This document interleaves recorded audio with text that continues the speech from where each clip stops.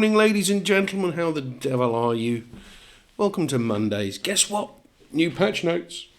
Well, you've already had the patch notes and people have already announced them and they've told you what's going on, but I'm going to do something slightly different on a Monday morning. Mainly because I'm pretty much guaranteed that people will be waiting to play the new patch notes before you can, because the servers are being updated and all the other shenanigans and fun and games is happening. So what I thought we'd do is have a little conversation and just talk about what's going on and what to expect and what's changing and what we're getting. It'll be off. World of Warships Legends will be off this morning. And what we're expecting is an awful lot of things to get stuck into over the next 5-week update for February, which is the Dragon Strikes Back. Nothing to do with the Empire. Darth Vader will not be appearing. Luke will not lose a hand. You might lose some citadels, but you'll be all right in the end. So over the next 5 weeks, we've got a few things coming up. We've got more Lunar New Year content. If you like your waifus, Azure Lane Wave 4 is coming. I don't believe Azure Lane Otago is coming back, but I may be wrong. These things can change. The Griffin of the Baltic campaign will be here, so the Pommern at Tier 8 will be arriving. We'll get Pan-Asian cruisers and early access, guaranteed to set you on fire, which is going to wind some people up, of course. We'll have the Napoli as a bureau project, nice Italian cruiser to go and play games with eventually. Be nice to actually get some bureau projects going, because I haven't got any running at the moment. And then we have Ranked and Brawl seasons back. There's going to be 5 of them. Service records been improved. Epic modernizations are in. All kinds of stuff. For those of you that haven't got the the code, it will be pinned as usual. And there's a few things coming on. So in terms of the Lunar New Year, the Rabbit will arrive. Incidentally, don't mind the Amalfi game in the back. This is a game we played last week with the new SAP on the Amalfi and had a lot of fun, and we're trying to figure out why the entire red team was out in front of us. We never did figure it out, but hey, kind of everything. So there'll be a Celestial Guardian Commander, guys, which will pop in for the new Pan-Asian Premium, the Northern Dragon, and which is part of the Lunar New Year. There'll be a unique roaring voiceover, which I have got to hear, and now no doubt the first video will be all kinds of fun and games with that. There's some kind of redesigned crate. Let's be interested to see what that is. I imagine it will involve dragons. It will also cover the previous year's stuff. If you've missed some of the camos and what have you from the previous years, that should be in there too. And there'll be themed skins as usual, which should be fun. Pan-Asian Cruisers Early Access, which is arriving today.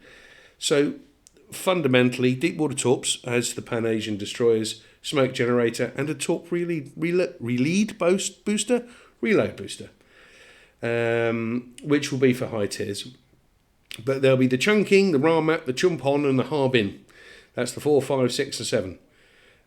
So I'll be interested to see what they're like. And you can, of course, get them in crates. Personally, I don't tend to buy these crates, but as I am lucky enough to be a community contributor, I'm sure I will probably get these ships to mess around with. And then there's a dedicated commander, Chen Shou Quan. Shoot me if I'm pronouncing that wrong. So he'll be there too. The Tier 8 Sejong will be available after this update, so that'll be arriving on March the 6th. So the line is going to be researchable. The Pommern arrives, and obviously I do already have the Frederick the Great. So I'm interested to see if that's the, I suppose, Turpit to, well, I suppose it's more, because it's only got 15-inch guns, it's a little bit more like the Odin or the other one whose name has just completely gone out of my brain at Tier 7. For actually having shenanigans and good fun, because it hasn't got anywhere near as big guns as the Freddy. So I'm expecting decent secondaries, which it says decent HP pool, so tanky wanky, but I imagine its superstructure will get clattered like most German battleships.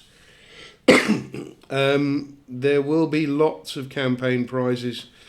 in the missions.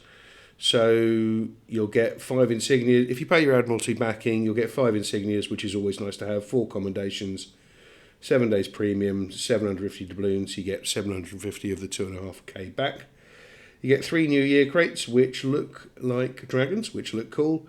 10 Pan-Asian cruiser crates, a couple of Pan-Asian big crates, and the usual bits and bobs, the battleship itself. So, yeah, and you get some of those research points, which are always worth having to update or to push along your bureau projects if you're so inclined.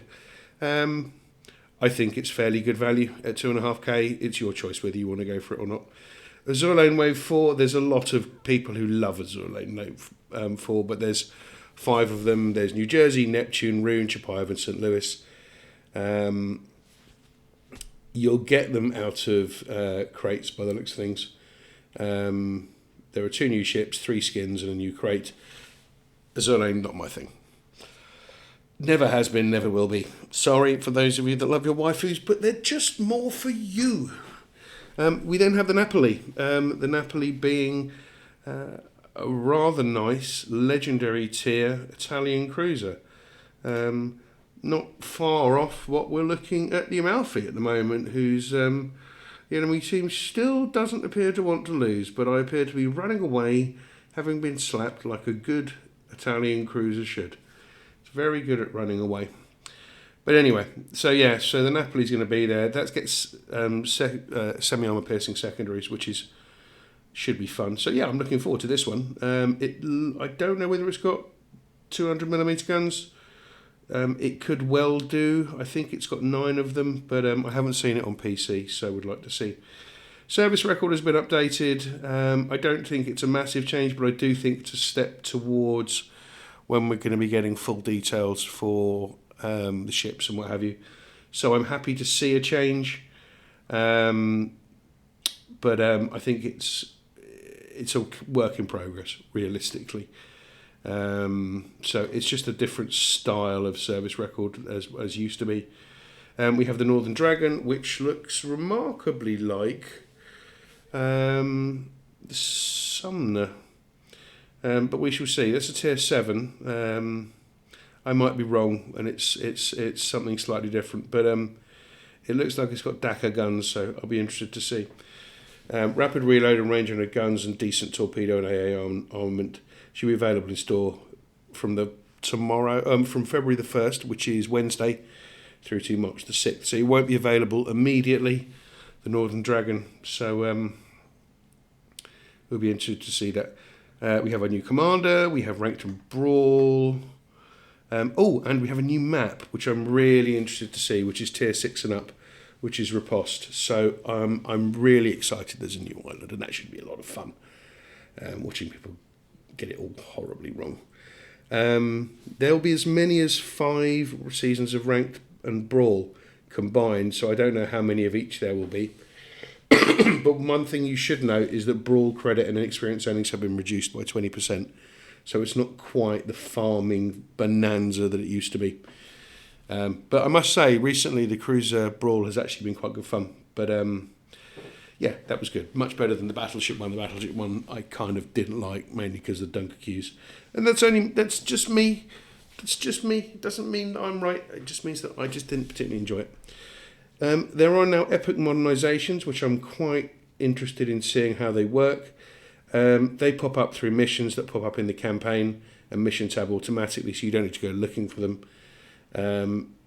They basically will be modernizations you earn and that you keep, but fundamentally it's an extended test to see how they operate.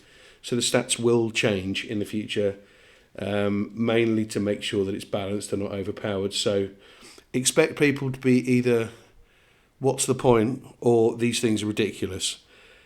Be interesting to see whether they end up converting something like Will to Rebuild to an epic modernisation, taking it down that route. It's entirely possible. But there's a few changes of epic mods that only work in standard battles. So gunfire control system mod 2, artillery plotting room mod 2, main battery mod 3, secondary battery mod 3, and torpedo launchers mod 3. Unmounting these mods does cost you 250 doubloons, although I don't know if there's a credit alternative. Selling them gets you 2.5 million credits, so it does cost you money to unmount them once you put them on. But all of these do things like increase main battery range that increases dispersion reduction, reload reduction, secondary reload reduction, torpedo reload reduction. They're all functional things that happen as you are involved in the game. So there is some balancing on the full slot modernisation, and there is some. I know there's some complaints from the US battleship commanders for this. I think realistically these are can be relatively insignificant. Your mileage may vary, but it will give you something to blame if things don't quite work out your way. Gunfire Control System Mod 2 has had a 10% range increase reduced to 5% range increase with a 3% dispersion improvement, but that's on cruisers and destroyers. So you might not be able to shoot as far, but they will be slightly more accurate. So it's not a bad trade-off. Decrease from 11% dispersion buff to a 10% dispersion buff. If you're complaining about the 1% reduction in dispersion buff, you're probably hanging on the wrong thing, and I wouldn't bother worrying about it too much. Mod 3 nerfed from 12% buff to fire rate with a 13% nerf to traverse to a 10% buff to fire rate with a 15% nerf to main battery traverse speed. That makes it much more of a big call on whether you get that or not. And do check your ships because you might want to change that out. Some have had shooting angle issues, Mackensen, particularly the German battleships Mackensen, Zieten, Prince Heinrich and Prince Ruprecht. So their shooting angles are now improved, which will please quite a few people out there, as well as the Ibuki. There's a few little other bits that go in there, but I mean fundamentally it's actually been going quite well. So I think I'm really looking forward to this update. I think what we're seeing is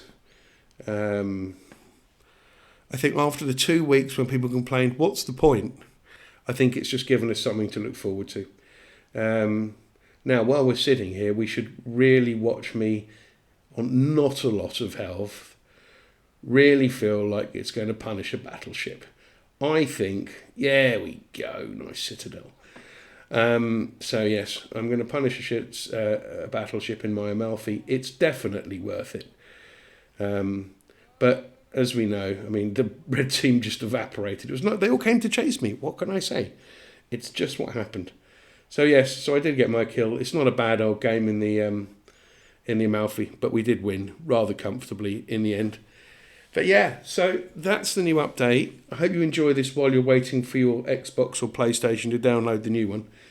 Have a great rest of your day. Hopefully I'll see you this evening at about 8:30 UK time to come on, see me on the Twitches and play some ships. We'll be trying out some new ships and I'm sure we'll have some fun. I do hope to see you in the very near future.